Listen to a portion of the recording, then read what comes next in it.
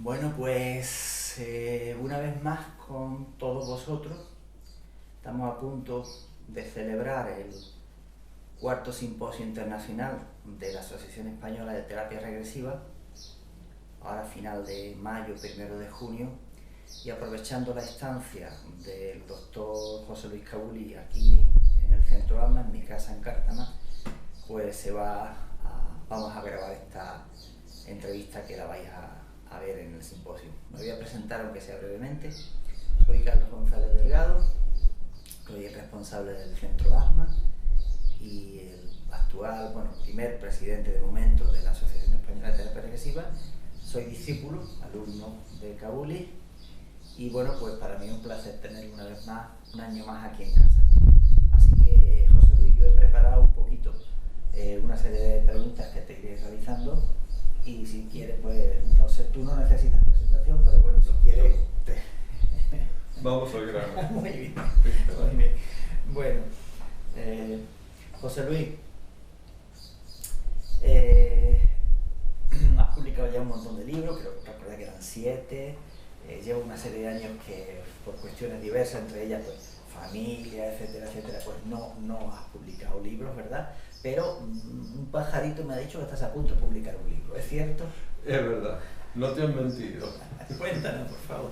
Bueno, es verdad, han pasado 10 años, exactamente 10 años de la publicación de mi último libro, Atrapamiento y Recuperación del Alma, y ahora, dentro de nada, dentro de poquito, si Dios quiere, aparecerá el 8º libro, ¿no? Que trata sobre la sanación del femenino herido a través, por supuesto, de la terapia de vidas pasadas, ¿no? Que es lo único que sé hacer. Tú llevas impartiendo seminarios intensivos sobre el femenino herido desde hace bastantes años ya. Así es, sí, hace ya unos cuantos años, casi 20 años, no me recuerdo exactamente cuándo comencé, pero la primera vez que comencé a hablar del femenino herido sí fue alrededor de hace 20 años, ¿no? Pero me llevó tiempo entender lo que es el femenino herido, primero lo que es el femenino, ¿no? Vivirlo, hacer la experiencia y poder trasladar todo eso a un libro, ¿no? ¿Cómo te sugiere la vida desembocar, poner tu energía en el femenino, ¿no? Porque hay personas que no están familiarizadas y podrían pensar que estamos hablando de mujeres. Claro. Bueno, todo comenzó con mi formación en Gestalt. Yo cuento un poco de esto, está en el libro, así que seré breve en esto, ¿no? Pero todo comenzó con mi formación en Gestalt. Cuando ahí descubro de pronto de que yo también tenía un femenino. Y para mí fue un impacto grande eso, porque cuando mi maestra me está hablando de eso, yo le digo, ¿de qué me está hablando, no? Pero ahí aprendí por primera vez, descubrí que todos tenemos un femenino y que todos tenemos un masculino.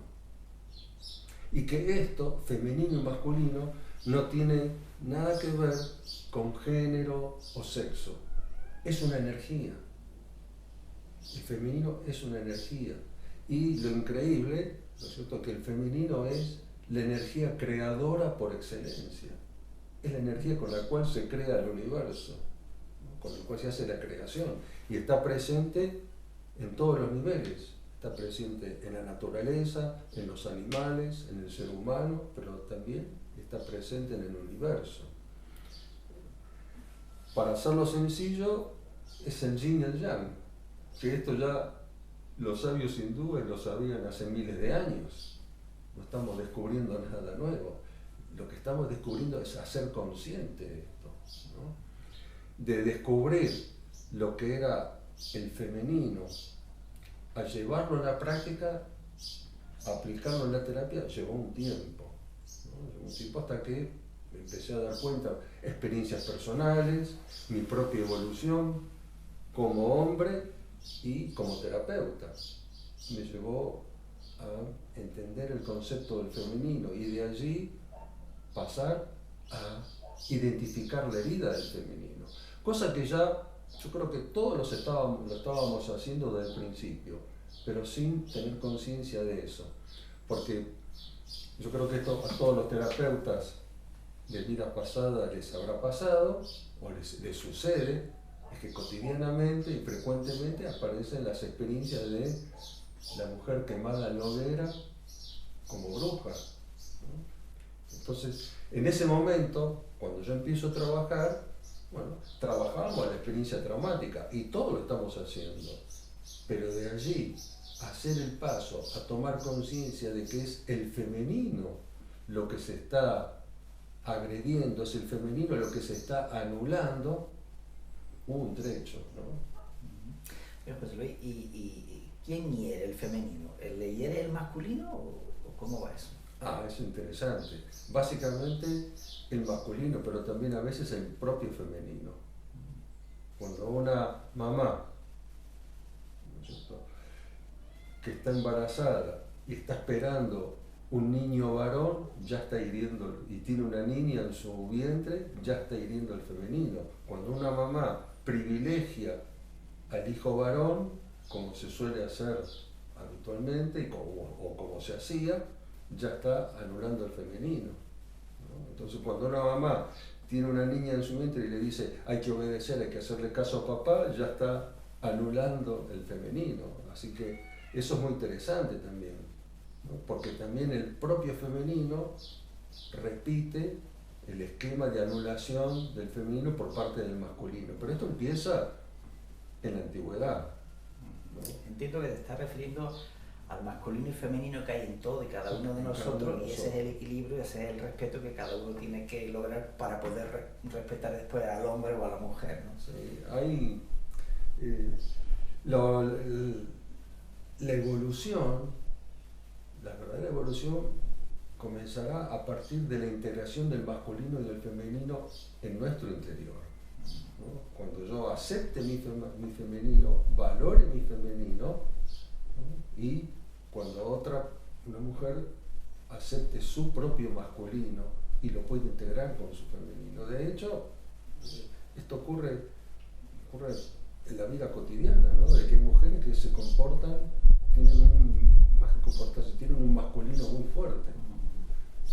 Cuando una mujer llega a puestos jerárquicos o puestos de poder, sigue el esquema, el paradigma del masculino, se olvida del femenino. Esto ocurre frecuentemente, ¿no? Muy bien, muy bien. Bueno, entonces tu próximo libro está a punto de salir. Me ha dicho un pajarito que incluso va a hacer gestiones hoy sobre eso por aquí, por Málaga, yo que me chivo de algunas cosas. Sí. Y bueno, será un placer para todos nosotros que hemos leído toda tu bibliografía, poder contar con el último libro de Cabulino, así que qué bien, qué bien. Bueno, pues no sé si quieres ampliar algo más del femenino, cuando se origina tal, o es suficiente con lo que... Bueno, yo creo que lo importante es que todos los terapeutas tomen conciencia de eso, porque lo que cambia es el enfoque. La técnica va a seguir siendo la misma, pero saber que hay un sometimiento, hay una aniquilación, una supresión del femenino que existe desde la antigüedad y que no tiene que ver con matriarcados y patriarcados, ¿no? Es una historia larga, en realidad, ¿no? Porque todo comienza porque las primitivas sociedades del neolítico, del paleolítico, se exaltaba la figura del femenino. No hay figuras de guerreros en el paleolítico, en el neolítico. ¿Qué sucede? Hay un momento cuando el hombre descubre la espada, y la espada le da el poder de muerte sobre otros, el poder de conquista, ¿no? Y allí es cuando empieza la anulación del femenino. El femenino era dador de vida, ¿no? Y el hombre privilegia el poder de muerte, ¿no? Entonces descubre que con la espada puede someter a otros pueblos, puede someter a otras personas, y entonces se deja de lado ahora al femenino y se yergue la figura del guerrero, del sacerdote y todo eso, ¿no? Entonces esto es una larga historia que tiene que ver más que nada con el poder, ¿no? Con la dominación. De ahí empieza anularse el femenino. Hay muchas cuestiones sociales, por las políticas por las cuales se anula el femenino, pero hay una muy interesante, y es el miedo del hombre al poder del femenino. ¿Por qué? Porque el femenino encierra el secreto del misterio de la creación. La mujer es femenina. Y el femenino encarnado en la mujer es dador de vida, es quien da a luz, quien crea la vida. Y los hombres, antiguamente, en aquella época, y después, por supuesto, cuando viene todo el tema, el tema religioso, entiende que la mujer encierra ese misterio, pero no puede aprenderlo, no puede controlarlo. ¿Cómo hago para controlar este poder que yo no puedo manejar? Entonces, ¿quién recibe el golpe? La mujer, porque era la encarnación del femenino. Es curioso, fíjate lo que me viene a la mente, qué locura lo que me está viendo ahora más. Has hablado de la espada, ¿no? La espada es un objeto fálico también, ¿no? Sí. Y es curioso, la Iglesia romana es un momento donde pide al iniciado, primero una condición, que sea hombre, que tenga espada. Pero después le impone otra condición, que se la corte, que se corte la espada. Es decir, no se puede usar la espada. Y no sé por qué me estaba viniendo esa aparente contradicción de la Iglesia romana antigua, donde, por un lado, discrimina al femenino, entendiendo al femenino, la mujer no puede ser sacerdotisa, solo los hombres que tienen espadas, falo, pueden ser sacerdotes, pero prohibido usarlo. Vaya que hiera el femenino. No sé, una locura, una idea que me viene ahora, igual no tiene sentido, pero me estaba viniendo conforme iba hablando. Bueno, yo creo que ya has hablado un poquito de las 3-4 preguntas que yo tenía sobre el femenino, sus consecuencias en la vida cotidiana y tal. No sé si quiere añadir algo y pasamos a otra pregunta o... Bueno, las consecuencias se manifiestan cotidianamente. La consecuencia principal la vemos en el mundo. El mundo que estamos viviendo hoy, ¿no?, es el mundo de la dominación de unos sobre otros, ¿no? Y todo eso porque está la herida del femenino. Lo que vivimos en el mundo actualmente es la herida del femenino, porque el femenino, ¿qué es lo que busca? Es cuidar, proteger, alimentar, nutrir, sostener, ¿no?, cuidar las emociones, ¿no? Y el mundo actualmente está en manos del poder masculino, no del hombre. Es que esto es lo difícil de entender, ¿no? Del poder masculino, el de poder, la energía masculina. de la energía, ¿no?, O sea, por sobre el femenino. ¿Se podría equiparar el femenino herido con el niño interior herido? Bueno, son cosas diferentes, ¿no? Una cosa es el niño, ¿no?, y otra cosa es el femenino. Porque puede haber el niño un masculino herido también y Por un supuesto. femenino herido. Hay masculino herido también. Okay. Lo que pasa es que lo que en este momento es más urgente y lo que aparece a diario, cotidiano, históricamente. ¿Por qué aparece esto? Porque cuando trabajamos con vidas pasadas, lo que está apareciendo es la historia viva de la humanidad. Porque tú lees los textos, lees una historia escrita, pero nadie te puede contar la vivencia de esos hechos. Y cuando trabajamos con las vidas pasadas, ¿qué es lo que sucede? Que aparece la vivencia real. ¿Qué es lo que experimenta una mujer cuando es quemada en la hoguera? ¿Qué es lo que experimenta una mujer cuando es violada? ¿Qué es lo que experimenta una mujer, el femenino, ¿no?, cuando es anulado y suprimido, ¿no? Entonces, esto es lo interesante de nuestro trabajo. Es la historia viva de la humanidad. José Luis, tú vienes de una carrera médica. Hoy día, bueno, médico siempre vas a ser lógicamente, y además cirujano, pero es curioso porque leí un artículo que publicó, creo, la revista del Colegio Médico de Buenos Aires, La Asociación Médica, y un artículo muy interesante, por cierto, y ahí se habla de algo, de la Escuela Quirúrgica Municipal para Graduados. Correcto. Y creo, porque otro pajarito me ha dicho, los pajaritos son las conversaciones que tenemos nosotros fuera en los ratos libres. Otro pajarito me ha dicho que tú estabas en no sé qué parte de la Argentina, muy lejos, que ibas estabas decidido a quedarte en tal lugar y algo sucedió que te mandaron para otro sitio, ¿no? Cuéntanos un poquito de eso, por favor. Así es. Eso me recuerda a algo que hemos hablado en algún momento, lo que contaba James Redfield en la novela Revelación. Que a veces tenemos encuentros, personas que nos dicen alguna cosa y nosotros no somos conscientes del mensaje que nos dan en ese momento.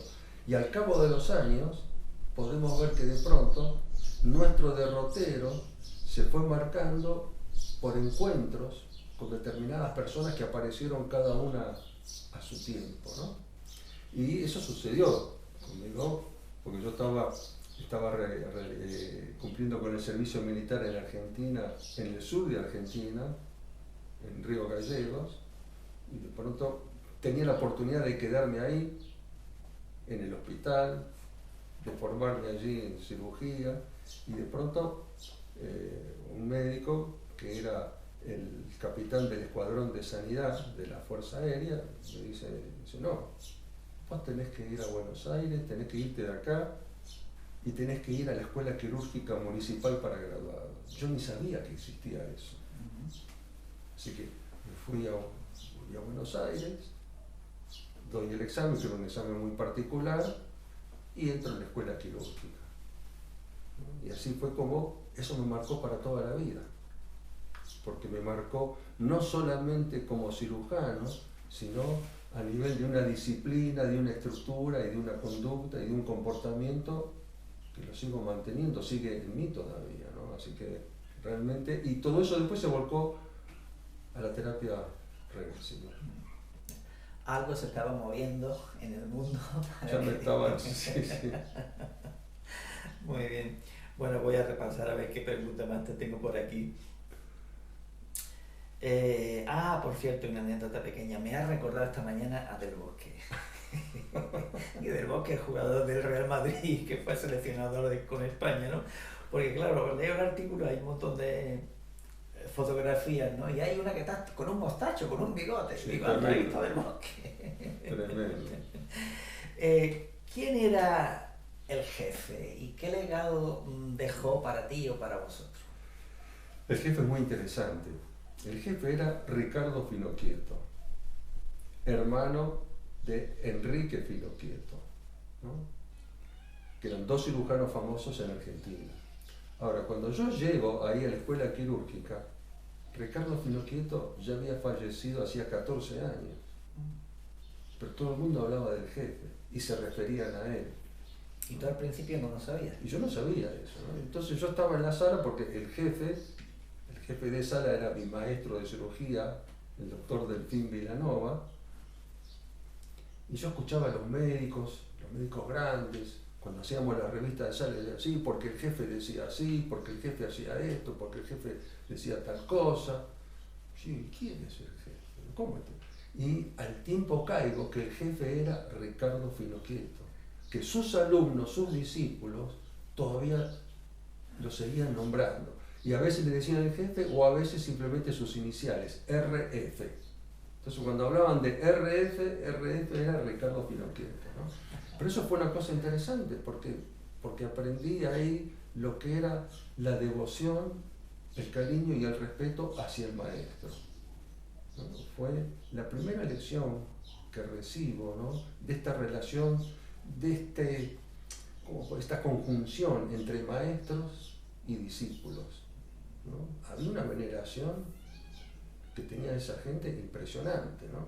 Y eso me marcó también, ¿no? Me cambió la vida, ¿no? Entender y ver hasta dónde llegaba cuento una anécdota, un detalle, ¿no? De cómo era Ricardo Finoquieto. Cuando los cirujanos se cambiaban para ir a operar, que dejaban la ropa en el vestuario, ¿no? Y se ponían el ambo de cirugía, no había casilleros, dejaban la ropa colgada, ¿no? Entonces cuando todos iban a operar, Ricardo Finoquieto entraba en el vestuario y revisaba los cuellos de la camisa. Que estuvieran limpios. Que estuvieran limpios.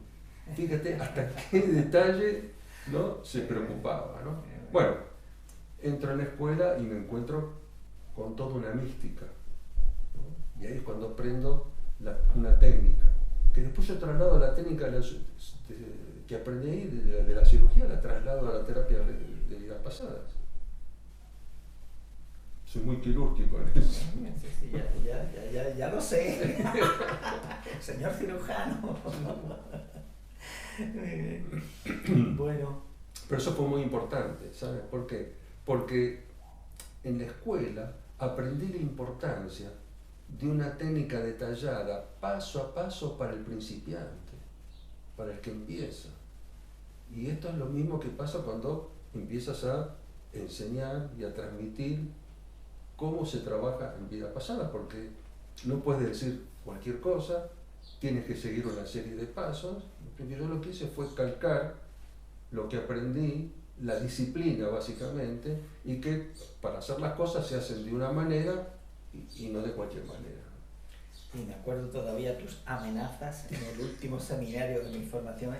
A alguno no le voy a dar el diploma, como a veces se cabreaba con nosotros, indisciplinados algunos a veces.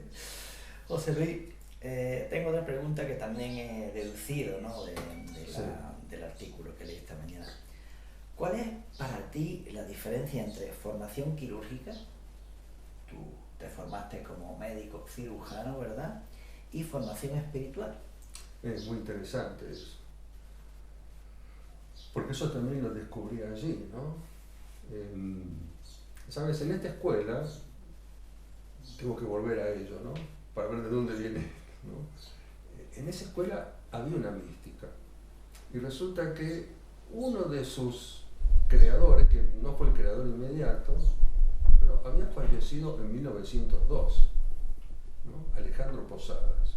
Aparte otro fenómeno, como un cirujano que muere con 31 años y dejando discípulos, ¿no? Y siendo maestro, y se va con 31 años.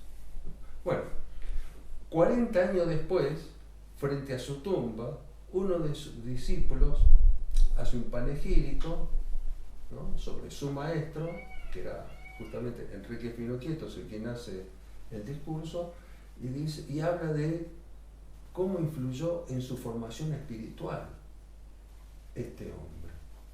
Y no habla de formación quirúrgica, habla de formación espiritual, 40 años después de la desaparición de su maestro.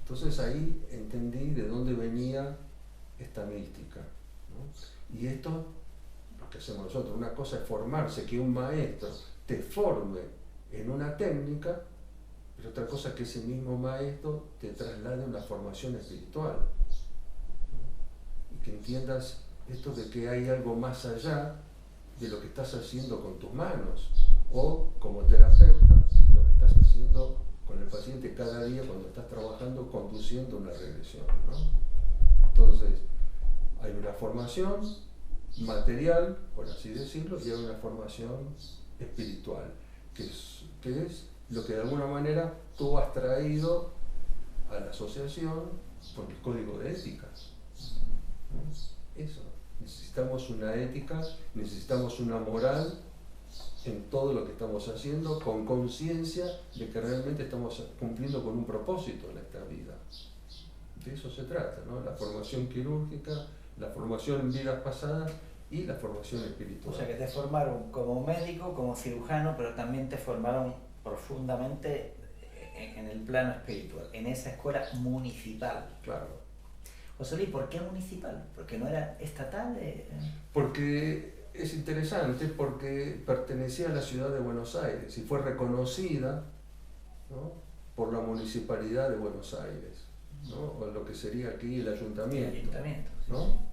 Entonces, por eso el título oficial, primero era escuela quirúrgica, ¿no? Después fue escuela quirúrgica municipal para graduados. Qué bueno. Que me llamó la curiosidad, sí, la atención, ¿no? Que municipal, es curioso, ¿no? Me recuerda un poquito al antiguo Hospital Civil de Málaga, que no era del Ayuntamiento, pero sí de la Diputación de Málaga.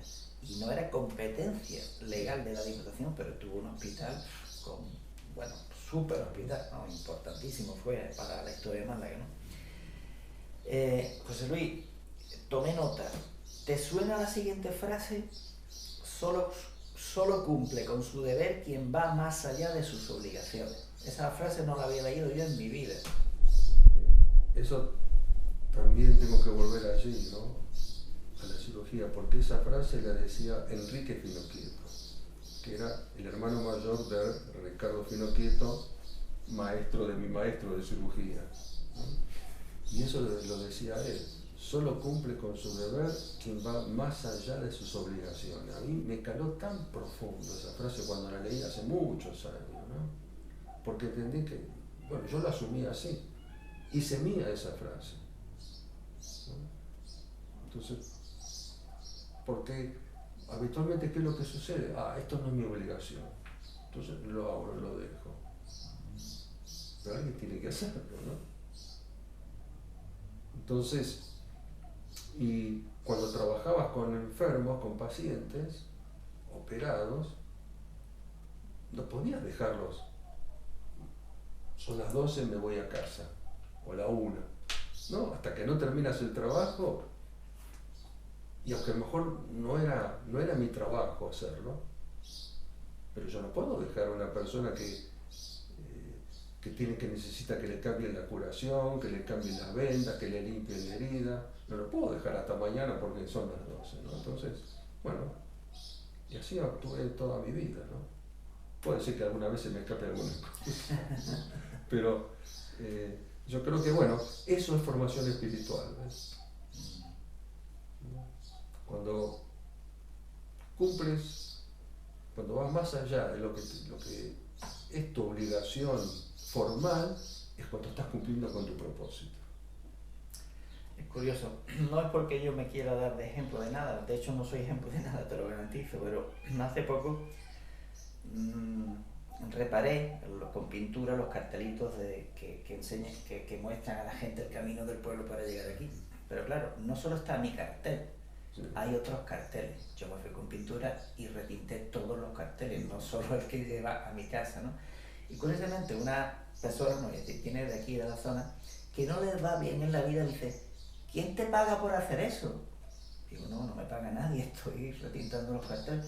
Pues yo, si no me pagan, no lo hago. Digo, y después pensé, cuando volví, dije, hay que ver curioso que a esta persona le va mal en la vida y si no me pagan no me muevo. Pues a lo mejor la vida no te paga por eso. No lo sé, es curioso. Pero ahora, ¿cuántas personas se benefician de haber pintado los carteles? Pues todo el que va buscando, pues, Viñas Viejas, La Bodega, todo el que va orientándose en esta sierra, pues ve los cartelitos, pues, con letras blancas que se todo eso se anota arriba. Bueno, espero que va a compensar el mal que he hecho. Son puntos a favor, son créditos. Yo creo que tenemos, bueno, por lo menos yo siento que en el fondo tengo una gran deuda, así que me voy a procurar portar bien en esta vida, por la cuenta que me trae José Luis. José Luis, aquí tengo otra cosa interesante, que yo te daré mi testimonio también. Etapas en la formación, y el artículo habla de copiar, imitar y finalmente desarrollar un estilo propio. ¿Qué es eso? ¿Qué es eso?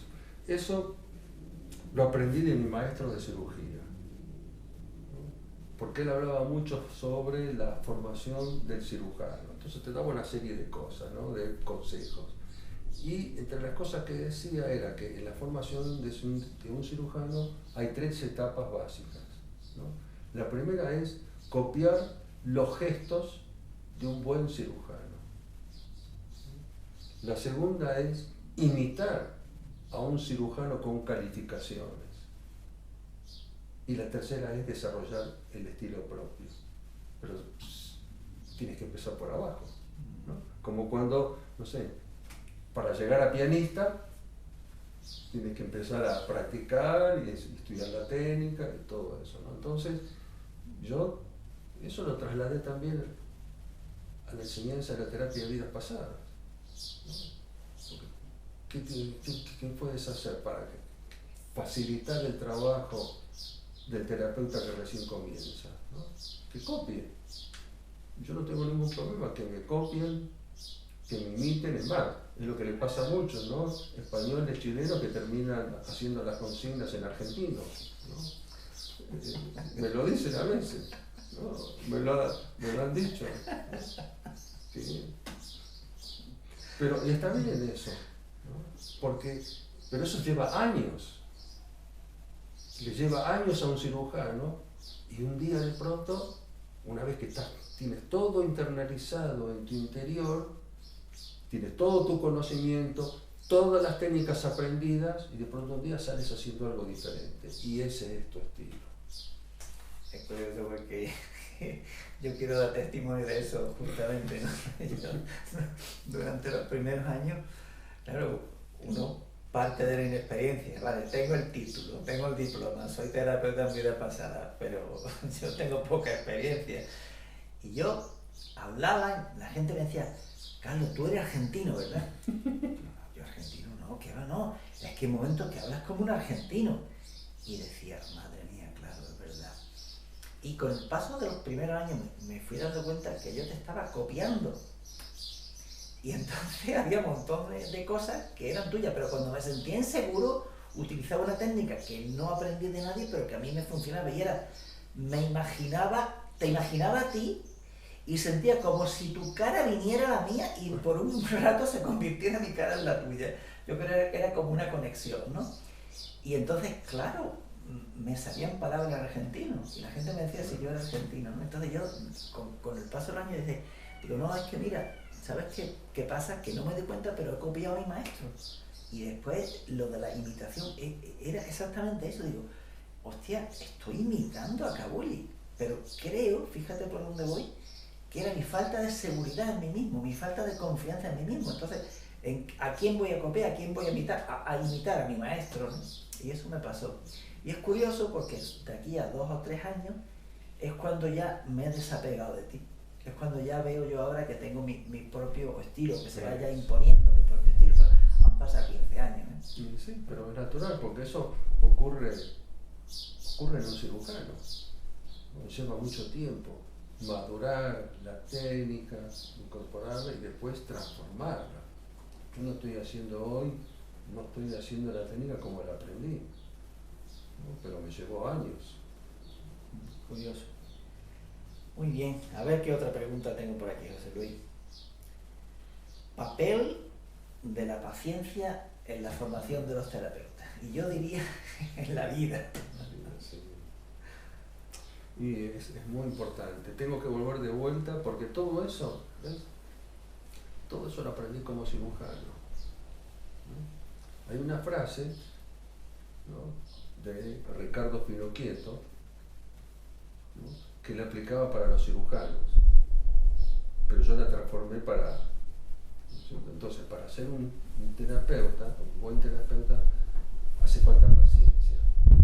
Paciencia para aprender, hace falta paciencia para estudiar, paciencia para esperar los buenos resultados, paciencia para esperar el éxito y finalmente paciencia para transmitir los conocimientos adquiridos por medio de paciencia. Entonces, esto, bueno, lo hemos visto siempre en las formaciones, que no hay apuro por hacer las cosas. No vas a resolver el trabajo en los primeros 5 minutos y a lo mejor necesitas 1 hora de trabajo con el paciente para que al final, en los últimos 5 minutos, se resuelva la historia, ¿no? Y más después, cuando trabajamos con almas perdidas, se necesita mucha más paciencia. Paciencia para esperar, para no apurar al paciente, para dejar que el paciente siga a su ritmo y que con la paciencia, como decía,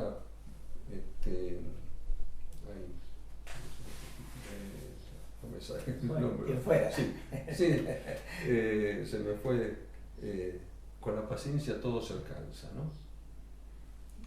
Entonces, no sé por qué no me puede salir el nombre. Y básicamente es eso, la paciencia. Muy bien. Y voy a la última pregunta, pero igual brotan algunas más. José Luis, ¿dónde está el verdadero reconocimiento y qué papel debe jugar en la vida del terapeuta? Y eso es muy importante también, ¿no? Porque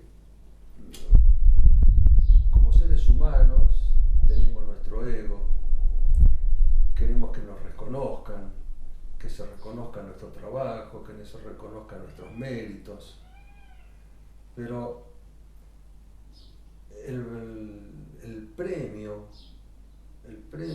no está en el reconocimiento contemporáneo, ¿no? El premio está en la conciencia de haber contribuido a nuestro desarrollo personal y a la sanación de otras personas.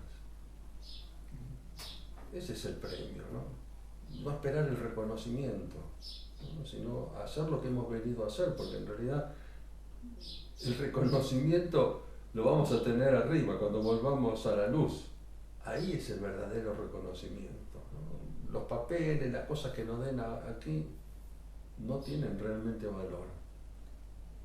Entonces, lo importante es trabajar con paciencia, hacer lo que hemos venido a hacer, hacerlo de la mejor manera posible, sabedores de que realmente el premio está allí, ¿no? El premio está en la luz cuando volvamos ahí. El premio está en la luz. Te leo una frase que tú me recordaste, y yo la anoté. El premio no está en el reconocimiento contemporáneo, sino en la propia conciencia de haber contribuido a nuestro desarrollo sin pensar en beneficio propio. Eso, faltaba eso, sin pensar en el beneficio propio. Eso me recuerda a algunas enseñanzas hinduistas, ¿no? Que hablan de, en el sentido de la correcta acción, la desligaban de su propio resultado. Claro que sí. Porque todo lo que vivimos es el fruto de una acción previa. Y lo que vamos a vivir es el fruto de nuestras acciones actuales. Y a eso le unimos las vidas pasadas. Más divertido todavía, más complicado. Es que estamos padeciendo o disfrutando, ¿no?, de nuestras acciones pasadas. Es así. Es curioso, José Luis, ya te lo comenté, yo creo que fue ayer, antes de ayer. En los momentos en los que yo he querido ayudar a personas que están demasiado tiradas en la vida, ese intento, igual poco sabio por mi parte, a veces se me ha vuelto en contra. Tiene que ver con lo que estamos... Porque esas personas no querían que las ayudara. Por eso solo vamos a responder al llamado de quien pide ayuda, ¿no? Bueno, esto es como la historia, ¿no es cierto?, del pollito que está dentro del huevo, y si tú le aceleras la salida se muere, ¿no? O la del capullo de la mariposa, que si con un bisturí se le facilita la salida, ya no puede volar, no tiene fuerza para volar después, ¿no? Es curioso, ¿no?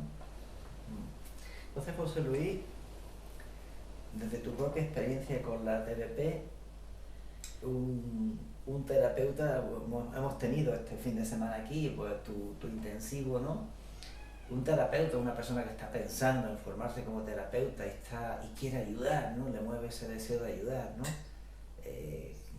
¿Podrías darnos algunas pautas de cuál sería, digamos, la verdadera ayuda que el futuro terapeuta debe de tener hacia los demás? Porque claro, has hablado del femenino herido, no apareció la palabra cuidador, pero de alguna manera el terapeuta es un cuidador, ¿no? Sí. Pero ¿quién cuida al cuidador si este no se cuida a sí mismo, ¿no? Háblanos un poquito de tu propia experiencia con esto, en este aspecto de la vida. Bueno, tú mencionaste varias cosas ahí, ¿no? Lo interesante es que en este simposio es una muestra también de que todos los terapeutas presentes en este simposio han desarrollado su estilo personal y que cada uno de ellos ha abierto una puerta diferente. La terapia de vidas pasadas o terapia regresiva no se termina con una o dos cosas, todos los días se están incorporando nuevas herramientas y se están abriendo nuevas puertas.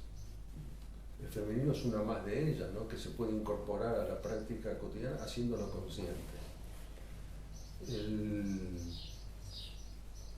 El terapeuta o facilitador, porque a esta altura ya no sé qué es lo correcto. Soy terapeuta, soy facilitador de un proceso que en realidad realiza el paciente o el consultante, ¿no?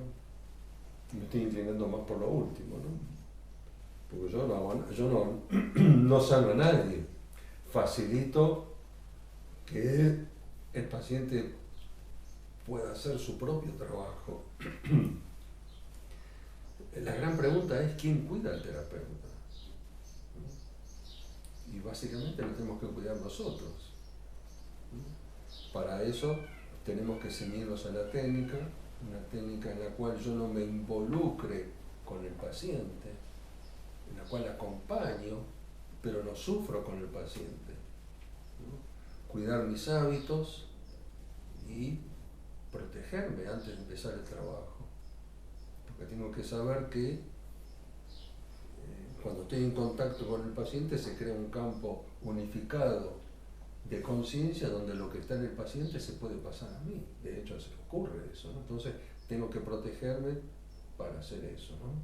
Y estar atento a todas las circunstancias que pueden ocurrir, porque me puedo encontrar con entidades oscuras, entidades que pueden traer a maltraerme a mí mismo, que pueden agredirme a mí mismo, que pueden pasarse a mi campo de energía.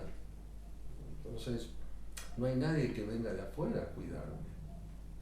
Yo tengo que cuidarme. Y para eso tengo que cuidar justamente mis hábitos, mis conductas, mis pensamientos, ¿no? Y actuar con un objetivo sano, ¿no? De ayudar a la persona a hacer su trabajo, pero que yo no puedo hacer el trabajo por el paciente. Y aceptar también que muchas personas, por mejor que yo haya trabajado, habrá personas que se enojarán conmigo, o se frustrarán, o pensarán que no soy un buen terapeuta, ¿no? Sí, sí, es cierto, es cierto. Te debe haber pasado y me ha pasado a mí. Sí, me ha pasado. Ha habido rebote ahí. Quien me ha rechazado porque tocaba una fibra muy sensible y no estaba dispuesto a cambiarlo, y quien ha querido también hacerme daño después de alguna terapia, ¿no? O sea, cosas así, yo creo que aprendizaje para todos, ¿no? José Luis, pues, bueno, decirte también que desde el principio que creamos la Asociación Española de Terapia Regresiva, automáticamente diste tu apoyo incondicional, lo que es de agradecer. De aquellos 15 que fuimos en 5 años, somos ahora 115, y de una única nacionalidad que había, ahora hay, que yo sepa, 12 nacionalidades, ¿no? En la membresía de la asociación, ¿no? Que otra conexión muy importante que vino a través de ti fue la conexión con Chile, con ATSTEVI, ¿no? La Asociación Chilena de Terapeutas en Vida Pasada, con su presidenta Viviana Centeno, que por cierto hace el prólogo del libro que vamos a presentar el 1 de junio en Málaga, será el tercero ya de la asociación, Terapia Regresiva y Conciencia No Humana. Más o menos eso está relacionado con el tercer módulo de tu formación, ¿no? Y que, bueno, pues que poquito a poquito pues seguimos creciendo. Son 9 escuelas. La primera escuela que reconocimos fue la tuya, la de Marcelo y la mía, fueron las 3 primeras, y que después de las nuestras han venido 6 escuelas más, ¿no? Y que la Asociación Española de Terapia Regresiva pues sigue creciendo para garantizar al público en general pues una buena formación, una profesionalidad, una ética mínima, ¿verdad? Y que bueno, que andar el camino tampoco ha sido tan fácil, pero que poquito a poquito vamos consiguiéndolo, y yo creo, lo digo honestamente, que sin tu existencia y tu asistencia vital, docente, profesional, humana, ¿no? Espiritual también, ¿no? Pues nada de esto sería posible, ¿no? O sea que para mí el reconocer al maestro es no idolatrarte, ¿no? Pero sí reconocer el que nuestros caminos se cruzaran, que 7 años después yo te reclamara, ¿no? Y me doy cuenta que es curioso, han pasado 15 años aproximadamente, los primeros 7 años yo navegué solo, pero después necesité de la figura de mi maestro, ¿no? Y me emociona un poco, la verdad. Y que ahora también siento, incluso hemos hablado en estos días ad hoc, ¿no?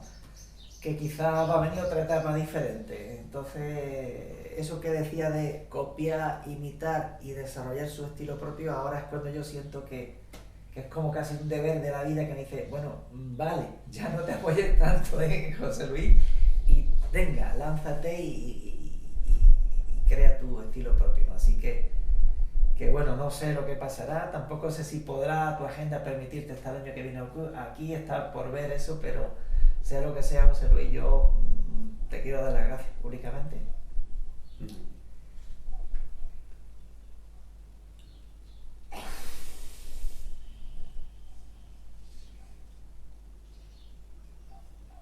No siempre puedes reconocer a mis profesores, no siempre tuve esa humildad de reconocerlo, pero contigo sí lo he hecho bien. Así que gracias, Luis. Gracias. Gracias a ti, Carlos, y yo creo que realmente tú has sido el instrumento idóneo para que esto fuese una realidad. Yo no lo podría haber hecho, yo te impulsé, ¿no es cierto? Lo hemos charlado, pero alguien tenía que llevarlo, y ese eras tú, ¿no? Porque fue una dedicación prácticamente 100%, casi 100% de tu vida a la asociación, ¿no? Sí, pero estoy soltero, no tengo familia, no tengo hijos. Por eso Dios te eligió a ti, por el universo. A las 5 de la mañana, como me gusta de las 6, a veces más temprano, ¿no? ¿Quién lo iba a hacer sino yo, ¿no? Yo creo que era, como bien dice aquí, era mi deber. Yo siento que era y sigue siendo mi deber, ¿no? Así que al final vas a ser un cirujano finoquietista. Bueno, José Luis, no sé si quiere añadir algo más. No, nada más. Yo, gracias a todos los presentes. Lamento y pido disculpas no estar en forma presencial, pero bueno, hay responsabilidades, obligaciones. Yo diría, son responsabilidades que tengo que cumplir, que asumir, y esta es una manera que hoy la tecnología nos permite. Así que gracias. Gracias en particular a todos mis colegas, a todos los terapeutas que se han manifestado aquí en este simposio. Gracias.